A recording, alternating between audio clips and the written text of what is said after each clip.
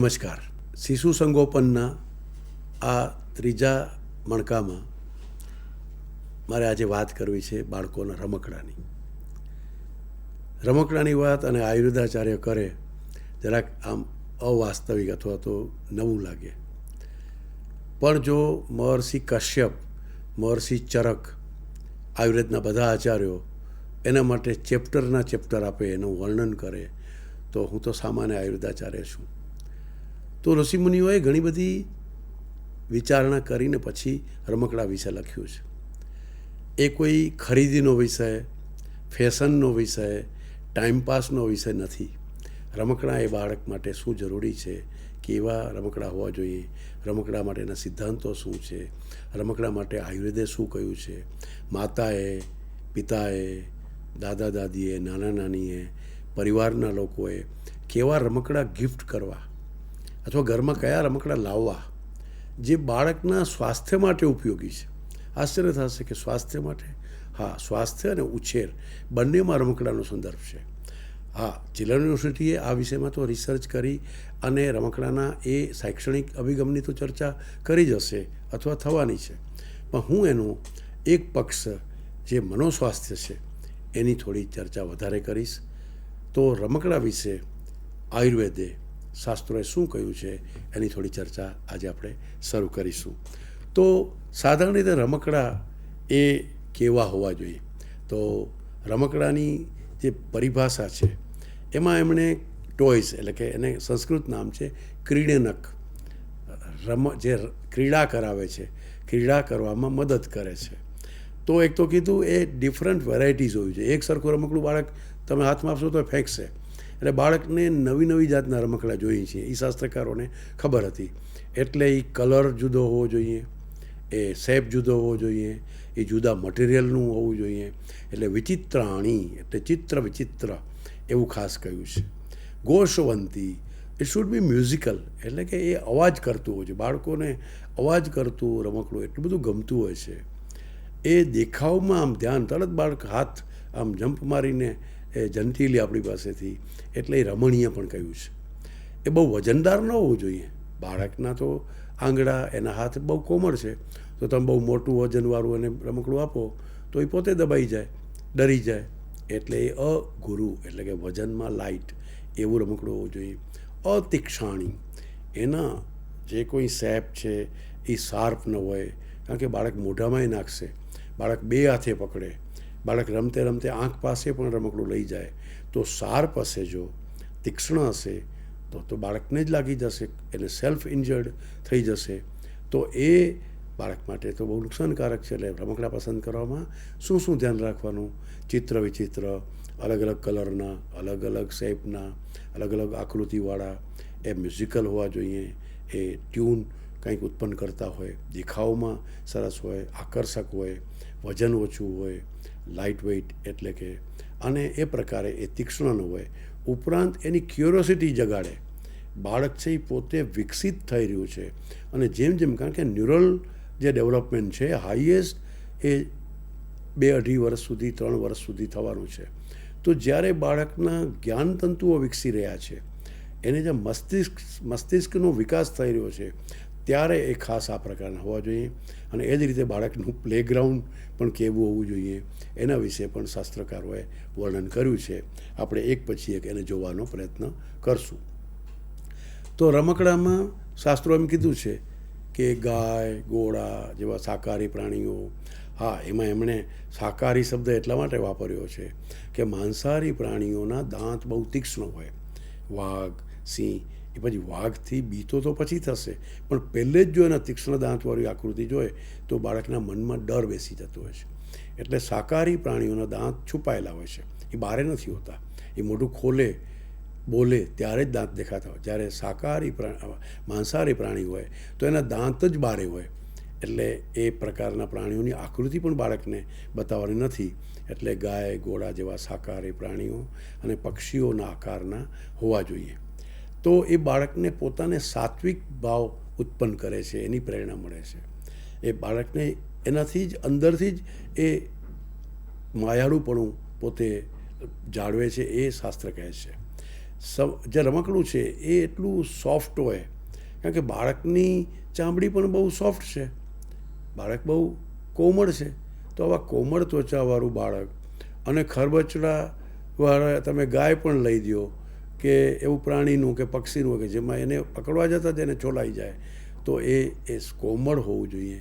આ પ્રકારે બાળકના સાથે, કારણ કે એને ટચ થવાનો છે, એ કદાચ મોઢામાં પણ નાખવાનો છે, તો આ પ્રકારે કેવા કેવા હોવા જોઈએ એની અહીં વાતો કરી છે. તો રમકડાની પસંદગી કરવા ટાઈમે આપણે આ બધા ધ્યાન રાખવા પડશે. અને ખાસ તો એને જેમ ચામડીમાં ઈજા ન પહોંચે એ જ રીતે ઘણીવાર એવું બને કે એ સોફ્ટ છે પણ એ એવી રીતે એમાં આંગળી ફસાઈ જાય, એ મોઢામાં નાખવા જાય તો મોઢામાં ફસાઈ જાય, એટલે એમાં અણી ન હોય, શાર્પ ન હોય તો કહ્યું જ, પણ એ જ રીતે એના ઝાઝા વળાંક હોય તો એની ને એની આંગળી ફસાઈ જાય. બે હાથે ઉપાડવા જાય છે તો એક એક આંગળી અલગ અલગ વળાંકમાં ફસાઈ જાય તો બાળકને બહુ ગંભીર ઈજા થઈ જાય. એટલે અલગ અલગ ઝાઝા વળાંક હોય એવા બાળકને ના આપી શકાય. તો આ આયુર્વેદના મહર્ષિ ચરકે કહ્યું છે, આવું અનેક ઋષિઓએ એ બાબતમાં કહ્યું છે. તો પછી કેવા હોય બાળકના રમકડા થોડા આપ જુઓ. આજે તો રમકડા એટલે જાણે બજારમાં જવાની વસ્તુ છે, ખરીદવાનું છે, ફેશનેબલ લાવવાના, મોંઘા લાવવાના. એ મોંઘા કે ફેશનેબલ કે માર્કેટમાં જાઓ તમે, કદાચ તમને લેવું છે તો, પરંતુ તમે પોતે બનાવો. માં સગર્ભા હોય ને ત્યારથી પહેલાં સ્ત્રી સગર્ભા હોય ત્યારથી બનાવતી, અને તો દાદી બનાવતી હોય, અને અથવા નાની નાની છોકરીઓ હોય એને આ પોપટ ને ચકલી ને મેના ને માછલી ને બધાને બનાવતા હોય. આને તમે ગૃહ ઉદ્યોગ કહો કે ગૃહ કાર્ય કહો, જે કહો, પણ બાળકના આગમનની તૈયારી રૂપે દરેક ઘરે આવા થતા હોય છે. તો આ બધા જુઓ તમે, કોટનના છે, સોફ્ટ છે, ક્યાંય શાર્પ નથી, એટલે બાળક બે હાથે પકડે કે એક હાથે પકડે કે કંઈ પણ રીતે કરે તો જરાય વાંધો ના આવે. અને અલગ અલગ આકૃતિ છે તો બાળકને એ ગમશે. ક્યાંક ગણેશજી દેખાય તો ક્યાંક ચાંદામામા દેખાય તો ક્યાંક બિલ્લી માસી દેખાય, અને આ પ્રકારના એને બાળકોની આકૃતિ પણ હશે તો પણ એને બાળકોને બહુ જ ગમે છે. તો વિવિધ આકૃતિ, વિવિધ કલર, વિવિધ એની ડિઝાઇન જો હશે તો બાળકને ખૂબ જ ગમશે. એક વાત આવી કે મ્યુઝિકલ અવાજ થવો જોઈએ, તો જેને આપણે ઘૂઘરા કહીએ છીએ, ઘૂઘરા, ઘૂઘરી, તો જેની અંદરથી એક ધ્વનિ ઉત્પન્ન થાય છે. બાળક તરત જ, કારણ કે એની શ્રવણેન્દ્રિય, જેમ ત્વચાનો વિચાર કર્યું, સ્પર્શેન્દ્રિય, કારણ કે શરીરનો જે વાયુનો એક પ્રકાર છે સિમ્પેથિક ને પેરાસિમ્પેથિક નર્વ કે જે ટચ સેન્સેશન સમજાવે છે, એનાથી બ્રેનની અંદર એક વિશિષ્ટ કંપન ઉત્પન્ન થાય છે અને એ બધી સ્ટોર થાય છે. તો એ મેમરી ત્યારથી એની એ પ્રકારની ત્વચાની મેમરી, ત્વચા દ્વારા એની સ્પર્શની મેમરી ઉત્પન્ન થઈને સ્ટોર થાય છે બ્રેઇનમાં. એવી જ રીતે એની સ્વર્ણેન્દ્રિય, કર્ણ, એનું જે લિસનિંગ છે એ શરૂ થાય છે. આમ તો ગર્ભ અવસ્થામાં 40મે દિવસે એ સાંભળતું થાય છે, પણ વિવિધ પ્રકારના ધ્વનિ, વિવિધ પ્રકારના ટ્યુન, વિવિધ પ્રકારની ફ્રિકવન્સીથી જો એ સાંભળે છે તો એ બાળકને ખૂબ જ અંદર ઉત્સાહ ઉત્પન્ન કરે છે. એના ન્યુરલ ડેવલપમેન્ટ એટલે કે જ્ઞાનતંતુના વિકાસમાં એ ખૂબ જ ઉપયોગી થાય છે. એટલે મ્યુઝિકલ ઇન્સ્ટ્રુમેન્ટ, જેમ કલરનું સોફ્ટનેસની વાત કરી તેમ એ ધ્વનિ, ઘંટડી છે, ઘૂઘરા છે, ઘૂઘરી છે, આવા એને સાધનો, એવા રમકડા એ બાળકને પસંદ કરવા જોઈએ. ઘણીવાર આપણે એવા રમકડા, આપણે પોતે આ બધા રમકડા ઘરે બની શકે છે. ઘરે બનાવવાની જેમ મેં વાત કરી એ કલા પણ હોવી જોઈએ, એ ખૂબી પણ હોવી જોઈએ. તો એ પ્રકારે આપણે ઘરે બનાવી શકાય તો બી સારું, ન કરી શકાય તો પછી આપણે આ જેમ કે કાગળના રમકડા છે, તો કાગળ કામ કરતાં દરેક માતાને આવડતું હોય. આપણે સ્કૂલોમાં ભણ્યા છીએ પણ આપણે એમાં ક્રિએટિવ બનતા નથી. હા, કાગળના રમકડા એને એવા આપીએ કે જેથી કરીને એ થોડા મોટા હોય, એ ફાડી નાખે તો ચિંતા ન કરવી, પરંતુ ઘણીવાર મોઢામાં નાખ્યા પછી ઓગળી જાય કે ટુકડા હોય એવું ન રાખીએ, એટલું ધ્યાન આપીએ. પરંતુ કલર, વિવિધ એના કલર, વિવિધ શેપ તો આપણે કાગળના રમકડા પણ આપી શકીએ. Wooden is the best object. લાકડાના રમકડા, અનેક ગામો અને અનેક લોકો એના લાકડાના રમકડા, એવા સુતારો હોય છે કે જે રમકડાના જ એક્સપર્ટ છે. અનેક ગામો એવા છે કે જ્યાં રમકડા બનાવવાના, એમાં લાકડાના રમકડાના, એમાં બાળકોના રમકડા બનાવવાના. આમ તો રમકડા એટલે બાળકોનો જ અધિકાર છે, પણ તેમ છતાં નાના બાળકો કે જે હજી, જેને આપણે ટોડલર કહીએ છીએ, મોટો થઈને ક્રિકેટ રમશે કે વોલીબોલ રમશે કે પછી ખોખો કુસ્તી કરશે, એ એના માટેના અલગ આયુની અલગ રમતો, અલગ એની વિદ્યા, એ બધું છે. પરંતુ જ્યારે જેને આપણે ટોડલર એજ્યુકેશન કહીએ છીએ કે જેમાં એ લાલયત પંચવર્ષાણી, એ હજી 5 વર્ષનું છે કે 5 વર્ષ સુધી એ બાળકને તમારે એવા રમકડા પણ આપવા પડશે. અને એટલે કાગળના કે પછી લાકડાના રમકડા, એમાંય વિવિધ આકૃતિ, વિવિધ શેપના તમે રમકડા આપી શકો છો. એ બાળકને તમે ક્રિએટિવિટી વધારી શકો છો. એ બાળક પોતે પોતાની જાતને એમાં જોડશે.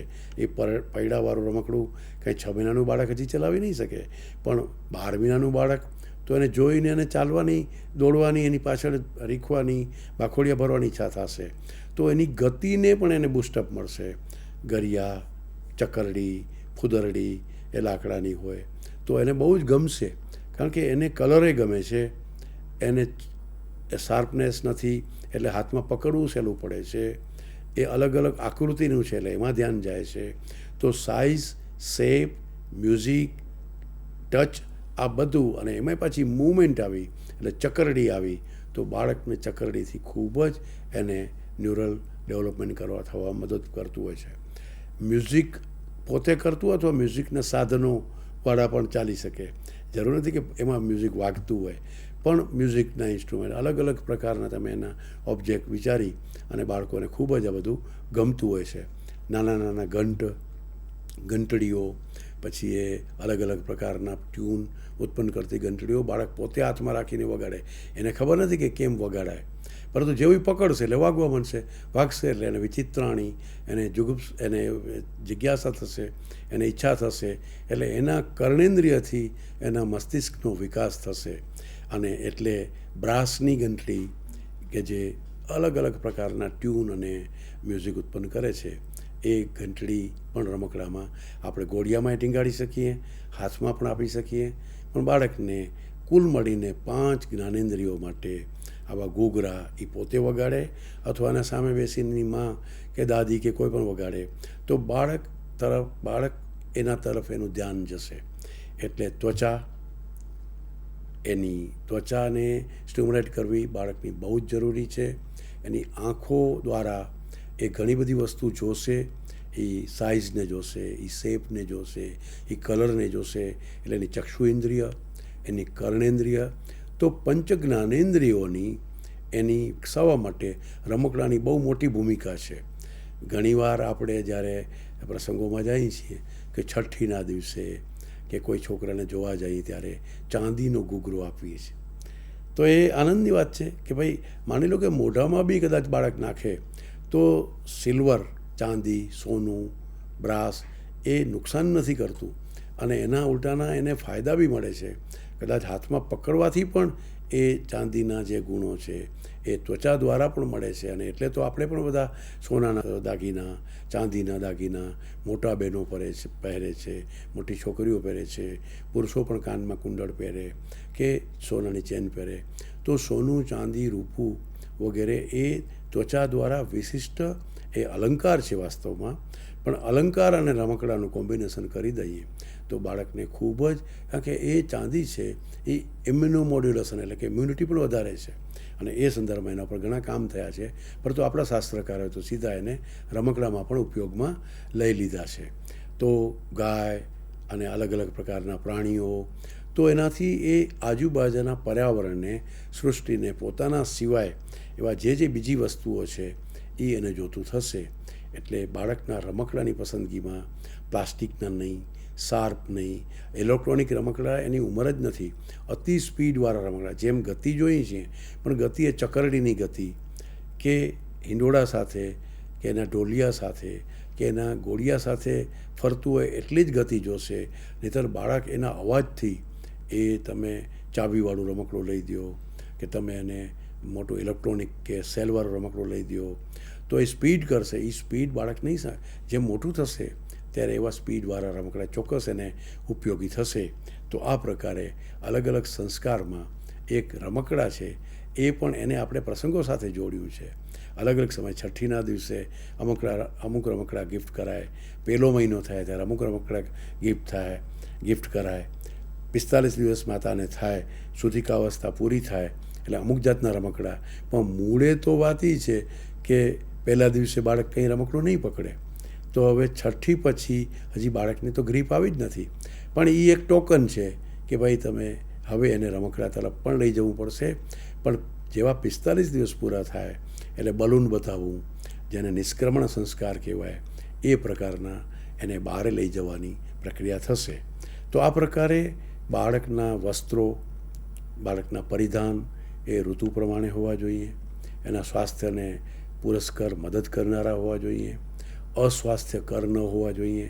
એમ રમકડા પણ તીક્ષ્ણ ન હોવા જોઈએ, એ પ્લાસ્ટિકના નહીં, અતિ ગતિવાળા નહીં, ઇલેક્ટ્રોનિક નહીં, કોઈ પ્રકારના ખાસ. આજે તો બાળકોને સીધું મોબાઈલ પકડાવી દેવામાં આવે. એના રેડિયેશનની, એની ફ્રિકવન્સીની ખબર છે તમને?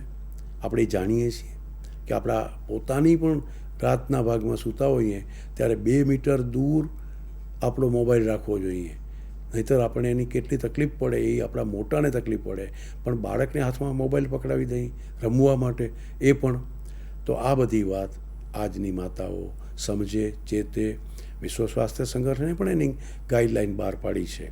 તો એના શૈક્ષણિક એક મૂલ્યાંકન એક છે જે આપની સુધી ચિલ્ડ્રન યુનિવર્સિટીએ પહોંચાડ્યું હશે, પરંતુ એના ન્યુરલ ડેવલપમેન્ટ, એના ફિઝિકલ ડેવલપમેન્ટ માટે પણ અને એની શ્રવણેન્દ્રિય, ચક્ષુએન્દ્રિય, જ્ઞાનેન્દ્રિયોના વિકાસ માટે રમકડાનો રોલ છે.